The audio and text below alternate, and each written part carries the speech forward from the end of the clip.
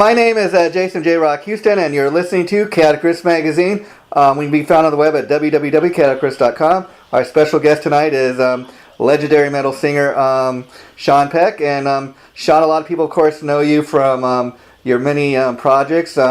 Cage probably being the band you've been with the longest, and then you've also been playing with Death Dealer and Dinner and Sherman. And then tonight we're going to be talking a lot about your latest project, which is the Three Tremors. Now, I remember a number of years ago, the idea for the Three Tremors, I think, started as something Bruce Dickinson had an idea for. And then I understand, because they never, him and Halford and Tate never did anything with that idea, that you kind of thought, hey, that would be a cool idea. So do you want to kind of take it from there and how you decide, hey, that'd be a cool thing to do?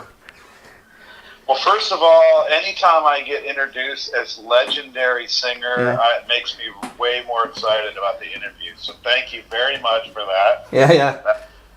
Well, I mean, you're definitely a guy that's paid your dues, you know. And like I said, for many years, people known you for just fronting Cage, but in the last several years, you've got all these other things going. So I think you're a guy that's really paid your dues, and you know, you are owed that respect, I think. That's awesome. Yeah, and then, you know, I did a little stint with Warrior, too, which was really fun, actually. So, oh, wow. All kinds of stuff. Yeah, man, it was just, you know, I always want to try and innovate in the idea department of heavy metal. And, you know, so I'm just sitting there, okay, what's the next? We just got done, you know, doing... we were working on putting together the Ancient Evil album for Cage, which was a big horror concept, you know, kind of King Diamond thing that had like 150-page, you know, written novel. Wow. So we just done like that kind of cool thing, and they're like, okay, so what's the next challenge?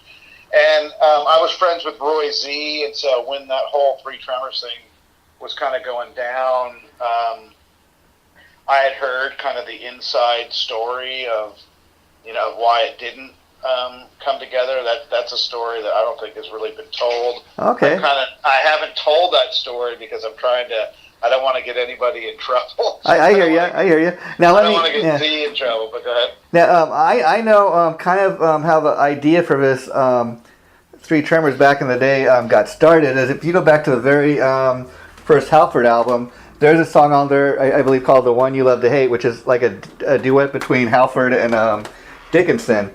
And so I think that's kind of how the idea for it initially got started. Well, yeah, there's a video, too, that's really cool. Them in the studio tracking it. That's kind of a cool thing, too. And then, you know, the three of them with Jeff Tate got together and sang it live, I think, one time. So, wow.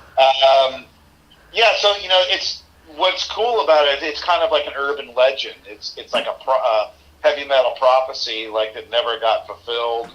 You know, was it a real thing? Were they just bullshitting around? Yeah. There's like, you know, you interview Tate, you interview Dickinson, they talk about it, you know, and they kind of have different versions of the story. But so it's a shame. It's like, did it never happen? You know, before I started being a singer, man, I was just a metalhead kid. Yeah.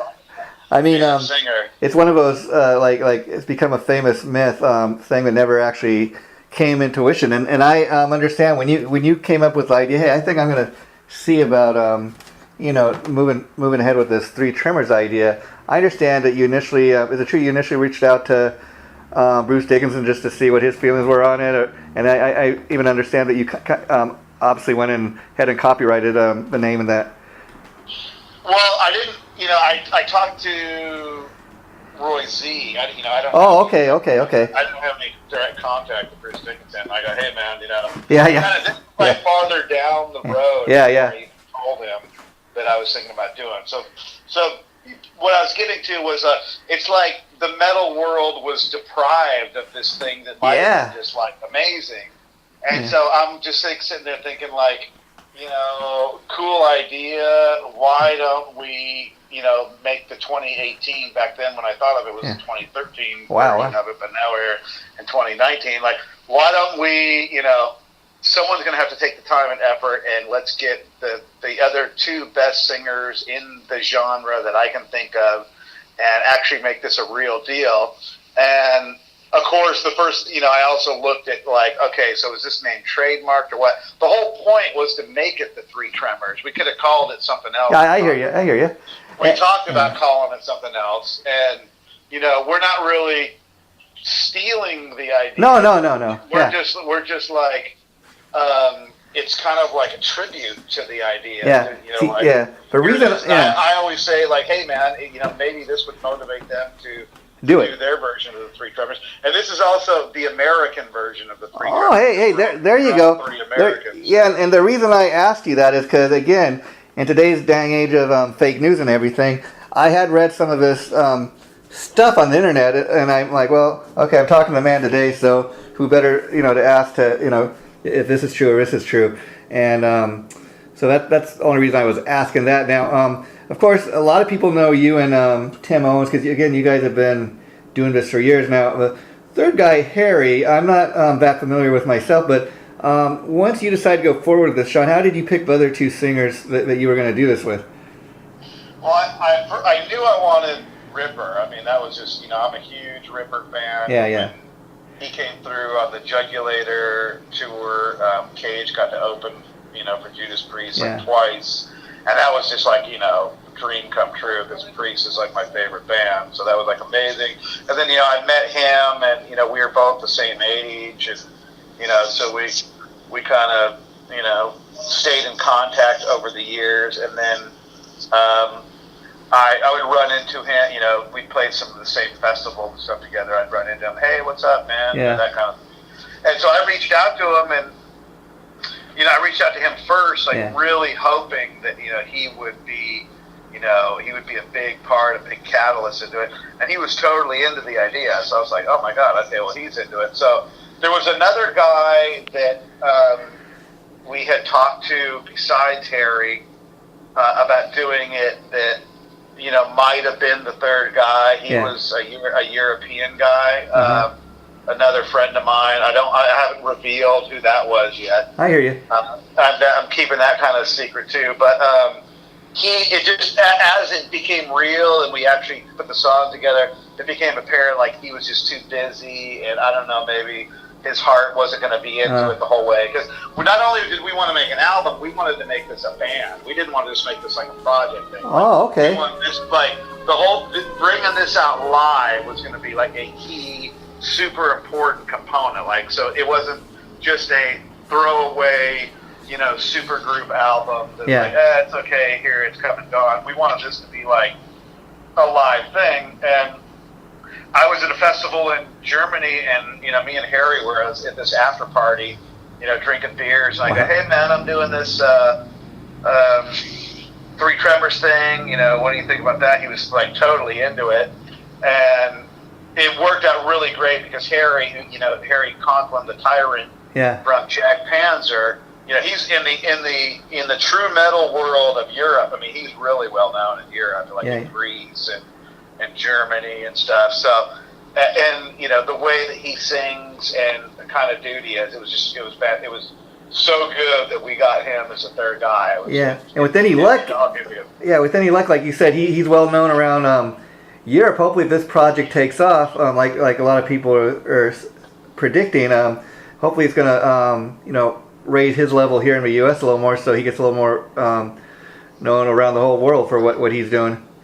Yeah, Jack Panzer is legends of the underground, but like Cage, they didn't really tour the U.S. very much. I mean, I don't know, maybe Cage even toured the U.S. more than Jack Panzer did, but they're still going strong. They've got a big European tour coming up, and they're playing festivals. And he's just him and Tim are just both like incredible live singers, like in any genre. Guys vary like anybody. I can tell you, I seen Tim perform a couple years back in Anaheim when he was doing a show with the Dio Disciples, and anybody knows. I was probably there. I was probably at the same show. Yeah, and anybody knows the Dio Disciples. It's kind of the Dio band carrying on with kind of guest singer since Ronnie's no longer here. And I tell you, the night I went, those songs, that catalog of Dio music is just so great. But I tell you, Tim and Oni Logan, they were the guys singing that night, and I never seen anything like it. It was like Electric Church. I mean, they had that whole place, which was a House of Blues over there, on their feet. I never seen anything like that. So I know you're talking about as far as Tim's ability to be a great live performer, you know. Yeah, and then Harry is so good. It's just really irritating how good he is. I mean, we just did 17-show European tour. And I'll wake up in the morning like I don't want to talk. I just want to drink some coffee. Yeah. And just rest my voice. And he wakes up at 6 a.m. like, hey everybody, like just singing Journey and stuff in the back, like going, oh my God, we just did a 2-hour set like 5 hours ago. So he's a complete freak and like literally never hits a bad note. So he's incredible. And let me ask you, Sean, was there ever any thought about bringing your Three Tremors connection, Roy Z, into the picture as far as either as a producer or as like a guest musician on the album? Because he's another musician / producer I think is very underrated. Well, I mean, I talked to Z and sent him some songs as we were putting them together and. His attitude was just like, hey man, somebody had to do it. Someone had to do the Three Tremors, and I'm a Charger fan and he's a Raider fan, so we're diametrically opposed usually on stuff. But we've maintained a good friendship, and he referred me to a mutual friend of ours for mastering that we didn't end up using him to master. Now we're Applebaum. He's pretty well known in the mastering world, but he was able to like give the mix a listen and say, hey, this actually sounds good. Yeah. Wow. Don't have any problems and we were thinking, Z did some guest solos and really helped me out on the Cage Darker Than Black albums where we really first met. Okay. So he already has some solos on my stuff, but we had a ton of guests like planned, and we ended up just not using any guests. Wow. Because we just wanted to keep it all in house, and we were so confident with what we had. So, but for the next, there might be a next Three Tremors out. We're already kind of talking about that. Have agreed to do one, and so there might be more guests moving forward. So let me ask, in that regard, it sounds like you have a lot of more stuff that you didn't even use that was recorded that may, go in the vault for later use. Is that correct? Yeah. Well, when we started the thing, it was like, hey, let's get all. I know a lot of people in the metal world, of course, and so I'm like, I reached out to a bunch of different dudes. I'm like, hey man, we're doing the Three Tremors. Would you be interested in maybe, contributing some riffs or something? And everybody that I mentioned it to was like totally excited about it, into it. And we actually got a lot of material from a lot of friends of mine. Wow. And then it was, if you read, I think, Dickinson, when he talks about the Three Tremors, he talks about how difficult, making the record would be. And that kind of seemed like that was a deterrent, for them. And so that was another reason I took on the challenge. I'm like, okay, cool. If Dickinson says it's difficult, well, I want to put one out and make it real and take on the challenge. So where was I going with that train of thought? The fact that it was a test of will to make it happen was one of the other motivating factors. Of just doing it. Period. And I'd imagine once you completed the recording and you got the final CD in your hand, it's got to be a great feeling of accomplishment. Like, wow, man, we really did it. Yeah, we took our time writing the stuff. We wanted to make sure. I did a bunch of albums in between then, but we wanted to make sure we had just like incredible songs. That's where I was going. Like, we got together and just pulled it in his cage and said, look, logistically, to make it actually a real thing, it's going to be a lot easier. We're all here in San Diego. We get together 3-4 times a week. We have our recording studio here. Let's forget. We're going to have enough problems. Mixing in Harry's and Ripper's vocals into the mix. So let's just keep it in house. And so we would have writing sessions where I would get together with Casey Trask or I would get together with Dave Garcia, and we would just start working on songs, and they'd play guitar, and I'd sing along, and we record stuff. So we have a ton of leftover ideas. Wow, how cool is that? And we're really killer that we didn't even use. So we write, and that was the other thing. I was really confident in the songwriting team of the Cage guys, and I wanted the main focus was, number one, we got to have great heavy metal songs. Because no matter how good the singers are, guitar players, if the songs aren't good, it doesn't mean shit. Yeah, and totally. We also wanted everyone to know that it was going to be a live touring band. Wow. And I wanted this thing to exceed people's expectations, because you see the names on the CD, and you're like, oh my God, this has got to be just, and you see the album cover art, and you're like, you want it to sound what that album cover looks like. And I think when people hear this album, it's going to exceed their expectations. So now let me ask you, as far as the writing process goes, you said a lot of the Cage guys were involved. When they were writing this stuff, obviously they know what you sound like as far as a lead singer, but did they write with other two guys in mind, or just like, these are going to be great heavy tunes, and I think all three of these guys can do this, or was it kind of written around each singer's ability? No, it was I wrote all the melody lines, I wrote all the lyrics. Wow, interesting. For the vocals, and then I wrote came up with some riffs, and we were just putting these songs together, and then I sang a complete version of it. Like, I laid down my final vocals, so that when Ripper and Harry got the track, they got my final version, harmonies, overlaps, everything.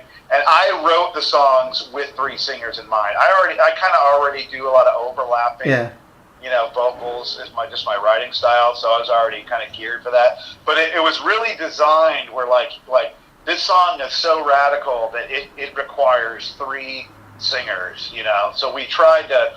We want, we're going to have all these weapons at our disposal. We wanted to fire every bullet in the chamber. And the first song that we put together, which is our music video we have coming out next week, was called "Bullets for the Damned." Wow. And when we got the vocal tracks back from Harry and Ripper and put them in, and we're able to actually hear the first three Tremors songs, we were just like, fucking holy shit. Wow. We were my eyes started watering, and the hair stood up on my arm. We were just like, this is going to be fucking sick. And the same thing happened when we had the first rehearsal, man. We were in there, I'm up with the three guys, and we're singing the first few songs, and I look back at the rest of the band, and they're just staring at me like, what the fuck? I'm like, what's wrong? They're like, dude, nothing, dude. This is just insane. This sounds insane. I couldn't really grasp it all, because I was one of the ones singing, but the guys in the band, then we had two media members from Mexico that just had blank stares in their face. I'm like, whoa, does this suck, or is it bad? They're like, no, dude, this is fucking the most amazing metal thing we've ever seen. So it's really exciting. And the cool thing to me about this too, it's on one level, it's such a collaborative project, because you got the other two singers involved, but it also shows that there's no ego involved, for the simple fact that these two other singers that are just as capable writers as you are, Sean, that they allow you to have that freedom. You know what? We're going to let him write, be the main songwriter. And cause a lot of singers have that ego where, I'm not going to sing anything unless I'm involved with the writing, and that just shows you how cool and how well everybody's getting along that's involved with the three Tremors. Yeah,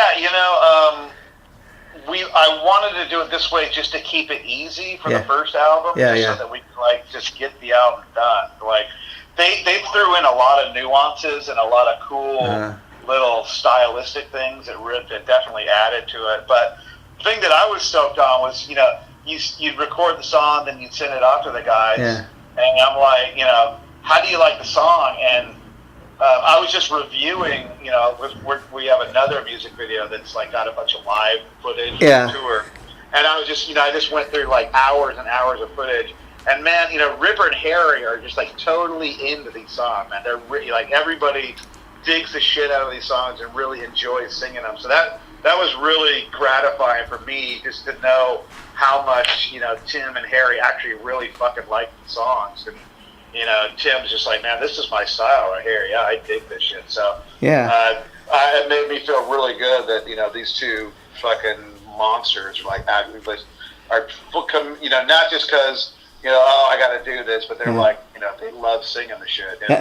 Now, another cool thing I think that in regards to this project, see, when I initially heard you guys were doing this, I thought, okay, you know, you're gonna have 3 different singers. Each guy's gonna they're gonna each sing you know, their own separate songs. I like the fact that on all the tracks, all 3 guys are singing throughout the entire album. There's not like just a track with Ripper singing and not just a Sean Peck. I love the fact that it's so collaborative that all 3 guys are singing on every song. Yeah, that was the whole idea from the start. Like, everybody's on every song, and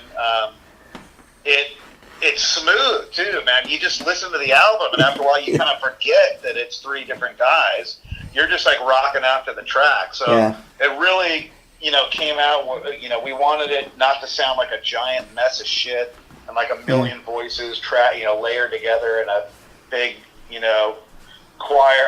You know, there's a lot of, you know, some power metal out there that everything just sounds like a processed choir. We wanted it like that. We wanted it to be more, you know, more like new wave of British heavy metal on steroids with, you know, with the American attitude, and I think we really captured that.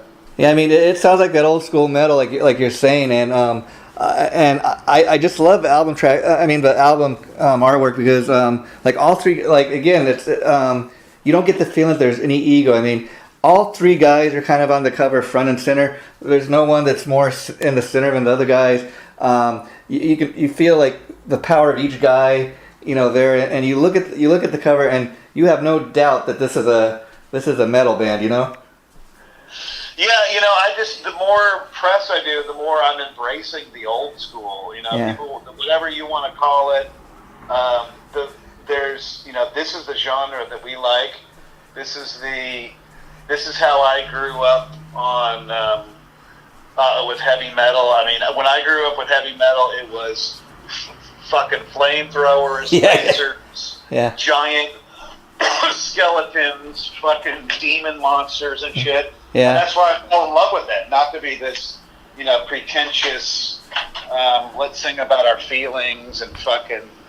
Well, see, the thing about it too, when people come to see you perform, they can tell if it's coming from the heart or if you know, you're just like you said, putting on a show, so to speak. Yeah, but I mean, as far as, you know, that's why I got into the, you know, I like to innovate in the idea department of heavy metal, because if you innovate too much in the music part, you lose the essence of what heavy metal is. Yeah. So, you want to call it old school, I don't give a shit, because this is the foundation for what all other subgenres of metal came from, and it's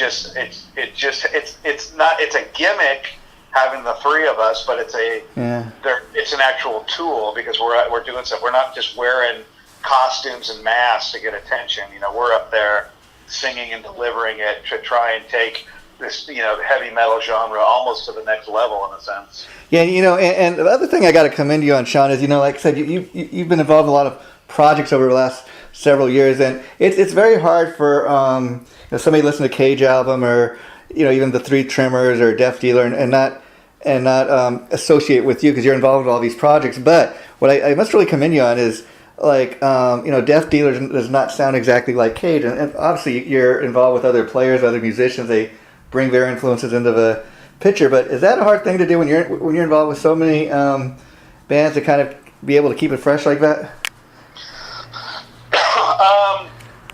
That's an interesting question. Well, the Denner Sherman was definitely a learning experience, you know, writing songs with Hank Sherman and Michael Denner, because they're the way, you know, that's why those guys are legends, because their writing style is, you know, really unique. So that one, you know, I definitely took the approach of, you know, I'm a huge King Diamond and Merciful Fate fan, and if I picked up this record, you know, how would I want it to sound like, and what would I want to see the song titles be?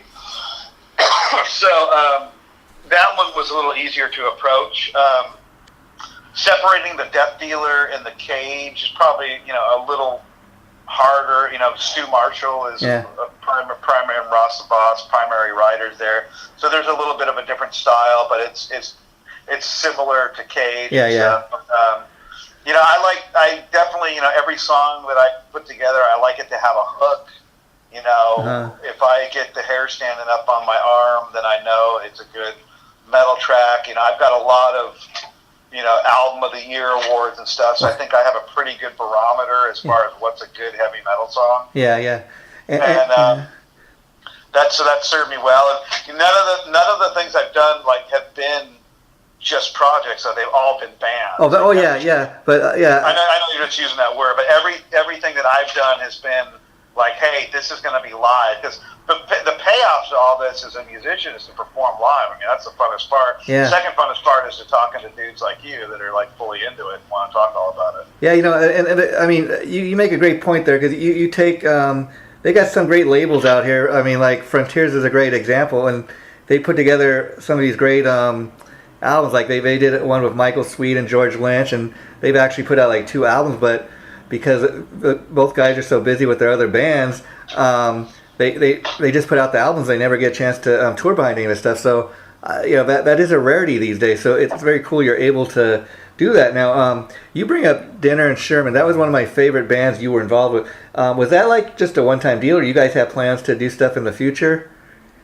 Well, we just did this, this tour with the Three Tremors, and the last show we did in Copenhagen, and Michael Denner came up and we played some Merciful Fate. Oh, how cool is that? Live with the Three Tremors, which is really cool. And Michael and I, Michael's doing his second Trick Bag album. It's like a rock band kind of thing. Okay. Hank Sherman is right now finishing up his solo album. Oh, okay. And I would say it's pretty likely that we're going to do a third record. I mean, I know most of us want to do it, and it's just a matter of getting together. We were just getting good, man. We played a lot of festivals together, and as a live band, those last few festivals, I was just like, okay, now we're badass now. We were just becoming a lethal unit. So, I definitely, want to do another Denner Sherman album, and it's likely there'll be another one. So that's cool, because again, what I liked about that project was you had the 2 King Diamond guys plus you, and it was like that old school metal feel, but more European style, which is not, you don't get too much these days. So I thought, and the writing on that album, I just thought was over the top. Yeah, I mean, like I said, Hank and Michael, their style. I was listening to Masters of Evil the other day, and I was just like, man, these songs are freaking brilliant. So I learned a lot, working with Hank, and I became, I thought, a great writing team. I mean, we just hi, I'm Sean, hi, I'm Hank, and then we put together 12 just killer tracks, and we're really, and Michael, added in all his magic to it too, but we became. Writing with Hank is that's why I for sure want to do another record, because it was, the way he writes was just awesome.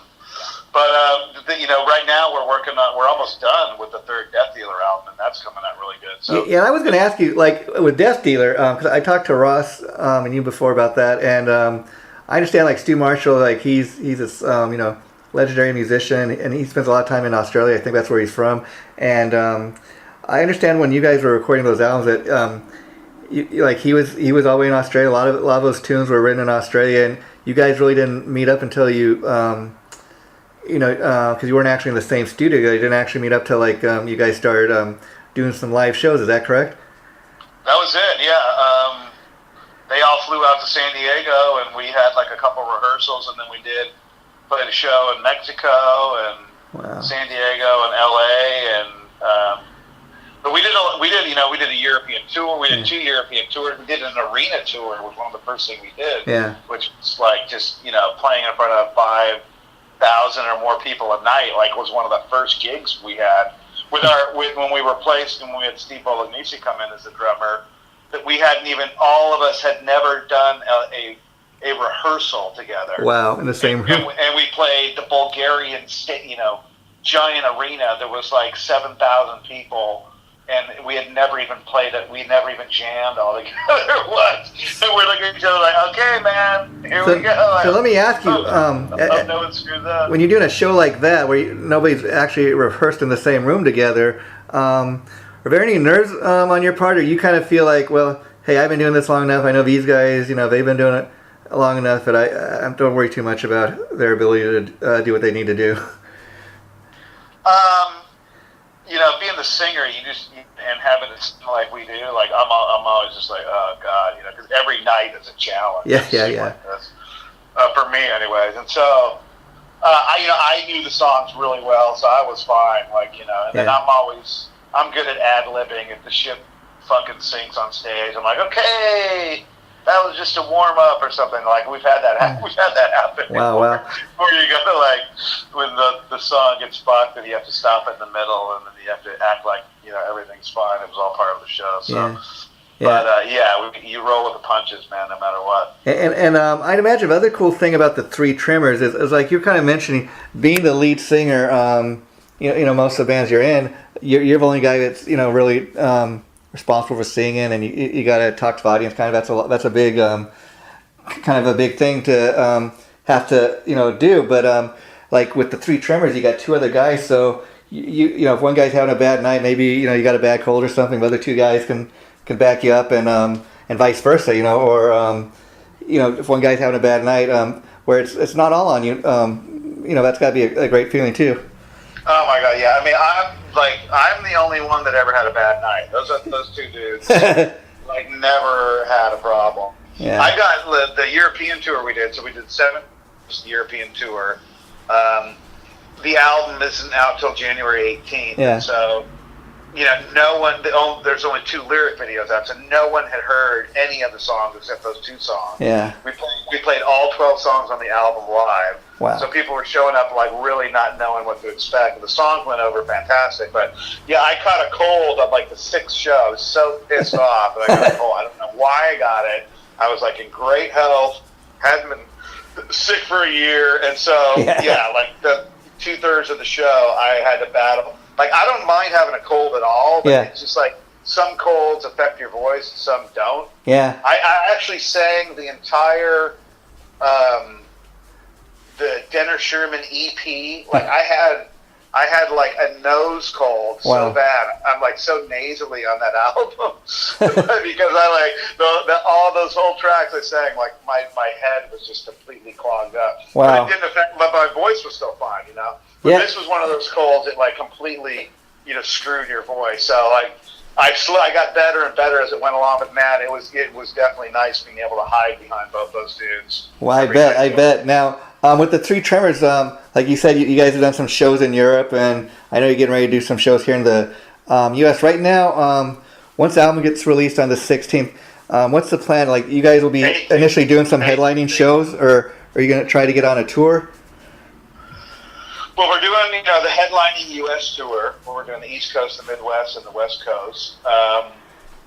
That's February 14th through I think March 11th or something. Uh-huh. So that the response to that has been really good so far. With the album not even out yet, so we're really excited about that. And then we're just trying to clear everyone's schedule because Tim's got the Dio hologram tour that's coming up, and that's going to be. It could be pretty extensive. So what's on tap is for us to go back to Europe, for us to do a full South American tour, Australia and Japan on another tour. So we have a lot of stuff. There's a lot of interest. There's been a lot of demand, which is great. I think that'll even increase once we get the U.S. tour done and people actually hear the record and start really rocking to the record. And so. The sky's the limit, man. We plan on booking this thing out as far as the eye can see, and then working on another record. And let me ask you, for touring purposes, will you be taking out the same backing band that played along with you guys on the album, or do you be taking along, a different touring band?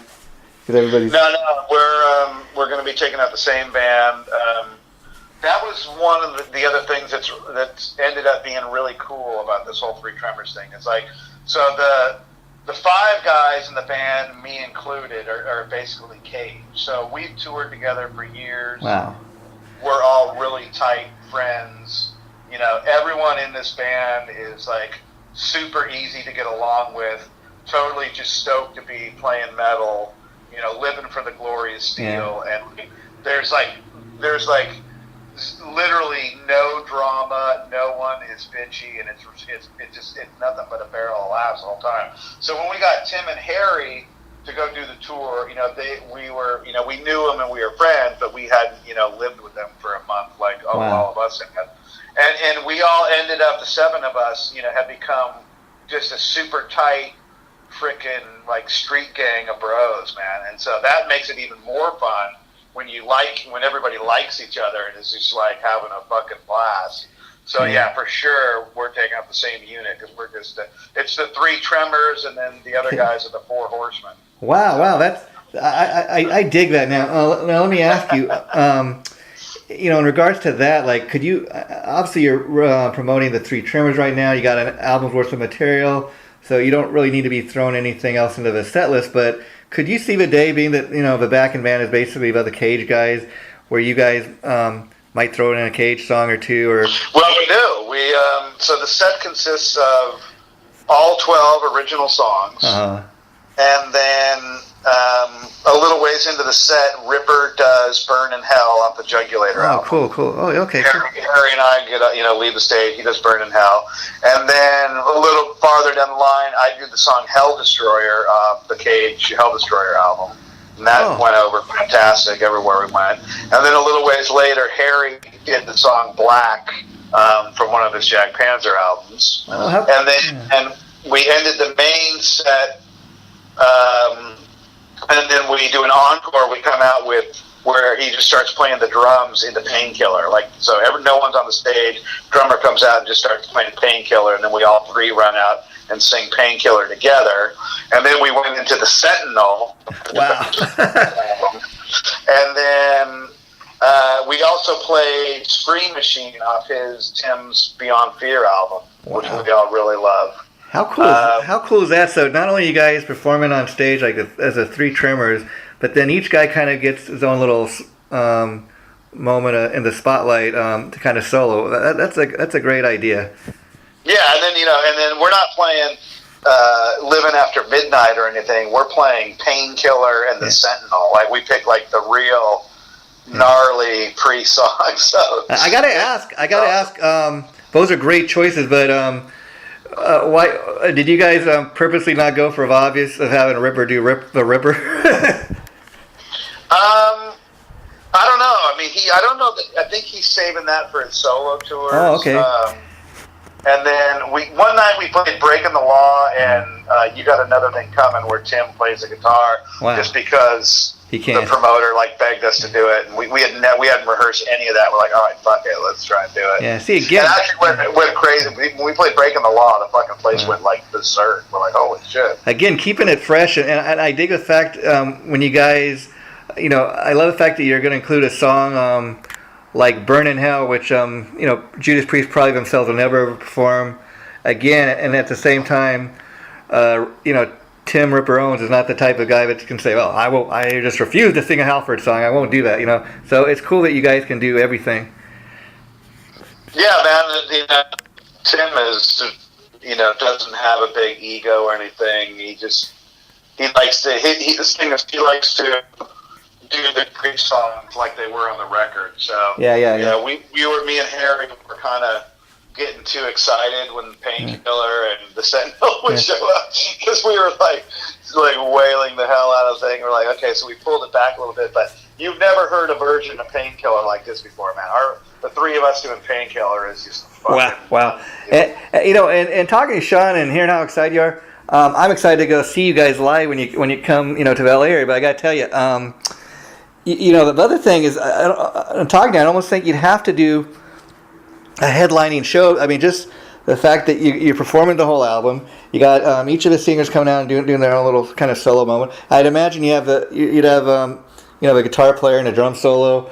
So it'd be very hard to go, you know, open for another band doing such a great show, and you know, the headline act have to come on and follow you guys. I would hate to be a singer and have to come out and follow us. That's for sure. Yeah. And you've got no fucking hope if you're a singer and you're going to come out and you think you're going to kick ass after three Tremors. Yeah, it's just like, I mean, I'm just trying not to embarrass myself. I mean, Barry and Tim are, I'm a good singer. I have my moments, but those two dudes are fucking outrageous. Well, I think you guys are all amazing. I mean, like I said at the top of the interview, Sean, you yourself as well as the other two guys, you've all paid your dues, and that's why I think, Tim has been able, for example, to have a career past the two Judas Priest albums, because, I mean, if he was really, if he really just got lucky and he was a guy that really didn't have any talent, he would not even be a part of the three Tremors. He would just been a one-trick pony, but I think you guys have all paid your dues, and this is something that's much deserved. And I mean, like you said, the album isn't out, and look at how many people are talking about this. Yeah, you get really confident on the songs and the album, having already done a tour and seen these metalheads react to it after just the first time hearing these songs. Yeah. And then there would be people that would come up to us after the show and like, I have been to over 1,000 shows in the metal genre. I've seen every band, and let me tell you, this was fucking amazing. Wow. We were getting that kind of shit like every night, and people were just like, And it's hard to take it in when you're on stage to really feel the power of it, because how it is, like your favorite bands, you get the album, and the album is just like awesome, you love it, you crank it, you play it over and over, but then when you see your favorite bands live, if they're good, it's like a whole nother level of awesomeness. Yeah, I mean, it's totally different. That's how it was for Iron Maiden, that's how it was for Judas Priest for me. Like, the album would be great, but when they just sounded like even better live. And that's kind of what this thing is, too. I mean, example of what you're talking about, two of my favorite bands of all time were, like, going to see Alice Cooper live, or, even Deep Purple back in the day. I mean, like Richie Blackmore and John Lord, I mean, nobody could make a guitar and keyboard sound like that. I mean, that's what, Deep Purple back in the day, if you go see those guys live, it was not like listening to the records, more like the ultimate jam session, Yeah, and for me being a singer, I always, of course, gravitate towards the singer. So whenever I would hear Halford live, it was just like he just sounded so much more amazing than even on the fucking record.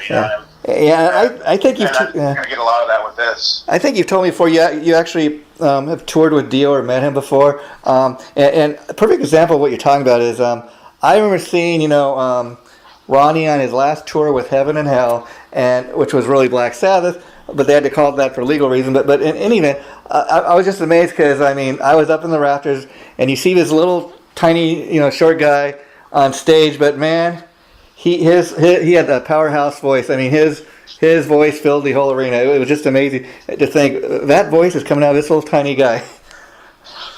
Yeah, man, we got to open for Dio, I think 3 times. One of the shows was Cage, Dio, and Iron Maiden. Oh wow! when we walked backstage, there was 3 dressing rooms. The one on the left was Dio, the one in the middle was Cage, the one on the right was Iron Maiden. We just looked at each other and said, like, dude, it's never going to get better than it is today. It's all fucking downhill from this show forward and stuff. But yeah, he was really cool to us. I mean, we played with him twice, never just kind of said hi, but didn't really hang out. And then we did another one in Mexico, this big festival.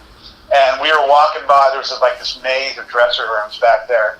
And we were walking by, and he just yelled out, "Hey, Cage guys, hey!" Wow. We're just like, how the fuck does this guy even remember who we are? Yeah, I mean... And he called us in, and, he was just sitting in the room by himself, and, hey, how's everything going? And we were just like, fucking, how does Dio know who the fuck we are? I mean, I've had people tell me over years that actually got a chance to meet the guy that Ronnie was one of those guys that they said nice as could be, but they said he'd make a point that if he'd meet somebody, he'd make a point to get their name and never forget their name. Like he'd see 2 or 3 years down the line, he'd call you out by name. Well, we have a song on the Three Tremors album called "King of the Monsters." Oh wow! Which is basically a tribute to Lemmy and Dio. Oh wow! Kind of talking about who's ever going to be able to replace, these heavy metal icons that we have. Yeah. And Tim introduces the song every night, and he does a little, speech and cheers to Lemmy and Ron and James Dio, and then we go into that song. It's really cool. I think if anybody can do it, definitely the Three Tremors can, because you guys are all these iconic singers, and you're coming together, and like you said, there's no ego now. Before we wrap this up, the final thing I wanted to ask you, now you must kind of be in awe of these other two guys. I kind of get that feeling. Now, being up on stage and performing with them every night, like you said, you guys have actually performed together and done some shows. So my question is this: when you're on stage, being that each guy sings a part of every single song, are you ever in awe of these other two guys where you kind of lose your spot? Is it hard to remember? Oh, hey, my vocal part's coming up. I better get ready.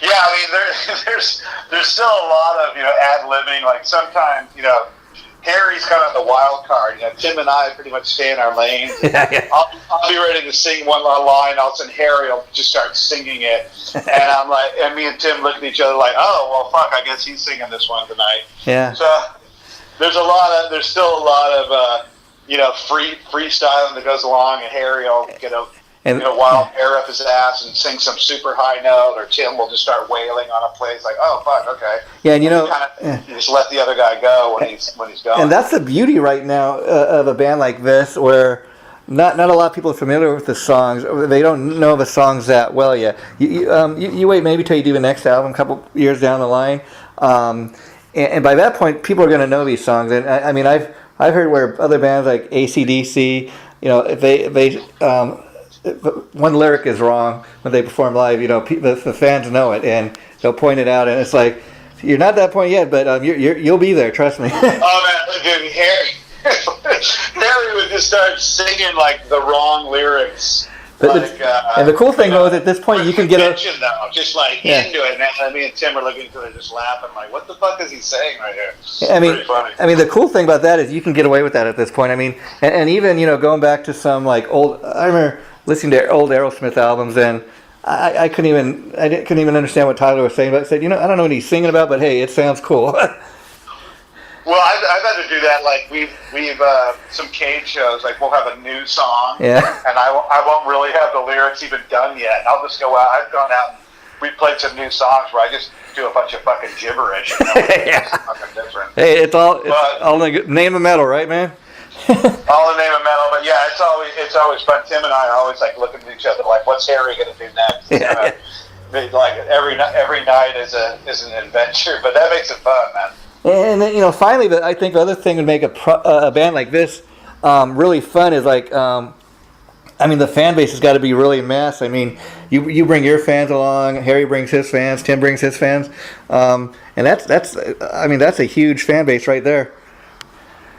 It was really cool. I mean, I being probably the least known guy in Europe, but we were pleasantly surprised on how much Cage love there was. I mean, there was like tons of Cage shirts and a lot of Cage love out on the road. And we have 7 albums out there. It's like, okay, cool. All this hard work we've done over the years is paying off. So, but it was just fun. It was just like I said, unorthodox to go and tour on a record with a brand new band before the album's out, like 3 months before it came out. But it ended up being a really great advertisement for the album. We had these download cards, like, hey, do you want to buy a card? You can download 4 songs now. And everyone was just like, nope, I want the album. I don't want to download shit. I want to fucking buy the album. Yeah. Like, oh, okay. Which brings me to my next question, which is this. I've been going on Amazon and looking to see, they're not even advertising on some of these sites your album yet. So my question is, initially, is it just going to be available through the band? Are you guys going to actually sell physical copies, or right now is it just going to be sold digitally, or both? No, it's about to hit everywhere. We're just a distributor. It's about to have a giant rollout. We have a humongous advertising campaign. I mean, there's more advertising that's happening for this than like major releases. We have half-page ads in like every metal magazine in the world. But the distributor is just, because of the holidays, it's been a little bit slow rolling out. It should be up for digital like within the next couple days. and then the vinyl. The pre-orders have been fantastic. We have a pledge music site, and then we have the3tremors.com where you can pre-order everything, and there's the killer shirts, and so the pre-orders have been pretty massive. So we've got all those packaged up, and the digipack should be arriving in the next couple of days, and the first albums are going to be shipping out, and we might do a live streaming thing on Facebook for the release of the album. Yeah, I was reading some on like Facebook the other day about that, and I think you were posting saying that I don't do too many of these live stream things, so if we do it, join us. Yeah, we're thinking about having the whole band get together, and we'll do a live stream and play the album in the background and talk about it and shit. And then the pledge music, that's one of those deals where is that kind of a thing where people or they actually just buying the album, they donating money to buy the band? No, it's a store. It's not like a Kickstarter thing. It's like this album's coming out. There's no stretch goals or anything. It's just like you want to pre-order the album. Oh, There's cool. all different kinds of, like I said, shirts, bottle openers, baseball cards, freaking vinyl. There's so much merchandise. It's incredible. And the merch sold incredible on the road. I mean, we just sold a shit ton of shirts. And can you believe vinyl and even recently cassettes, which I'm not a big fan of, but cassettes and vinyl are actually starting to make a comeback.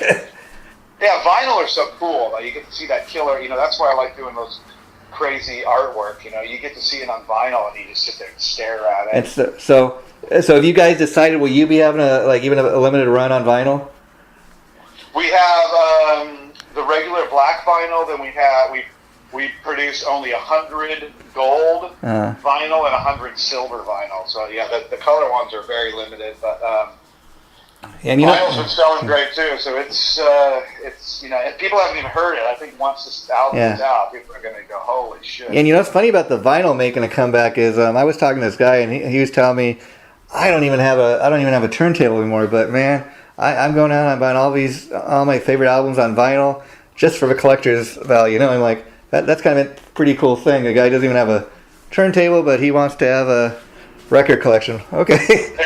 I mean, I have, I don't know, 7 of my albums or 8 of my albums are out on vinyl. I've never listened to one yet on turntable. Yeah. On my own record. I've never sat in front of a record player and played any of my own vinyl records. And let me ask you, Sean, and then I promise we'll wrap this up, but a guy that's been doing this as long as you, when you go back to when you first, started with Cage and that, what's it like for you these days doing interviews like this versus like old, print interviews, like say with when they had like Metal Edge or Hit Parade and stuff like that? Like I said, the first part of the enjoyment and the payoff is the performing live. The second part is doing this kind of stuff because if you think about it, people that paint paintings, they don't get any feedback on their art. They put it up at some art gallery. 10 people stand in front of it and look at it and think about it. But for this guy, we put all this energy into making the song, and we get to talk to people like you that are fully fucking passionate about heavy metal, and you're interested in all the nuances, like that fucking track, how did you record, and so it makes you as an artist feel appreciated. Like, hey, someone gives a fuck about this fucking 1,000 hours we just put in to make this thing. It's definitely helps fulfill and keep the drive going. Yeah, I appreciate you saying that because like you, Sean, as you can tell, obviously, in talking to me, I'm a music fan first, and it's funny because a lot of people reach out to me that listen to these interviews I post, and they tell me, "Oh, hey man, you're always saying how great everything is." And what I tell them was, "Well, look, I dig this guy's music. I followed his career. So first of all, I'm feeling pretty fortunate to be able to, first of all, talk to a guy. Second of all, I'd rather be one of these guys that spreads the love for the music I love rather than trying to trash some guy's singing ability. I mean, to me, if I'm not into a record or something, I don't have to trash it. I'd rather spread the word about something I like. You know what I mean? Yeah, for sure, man.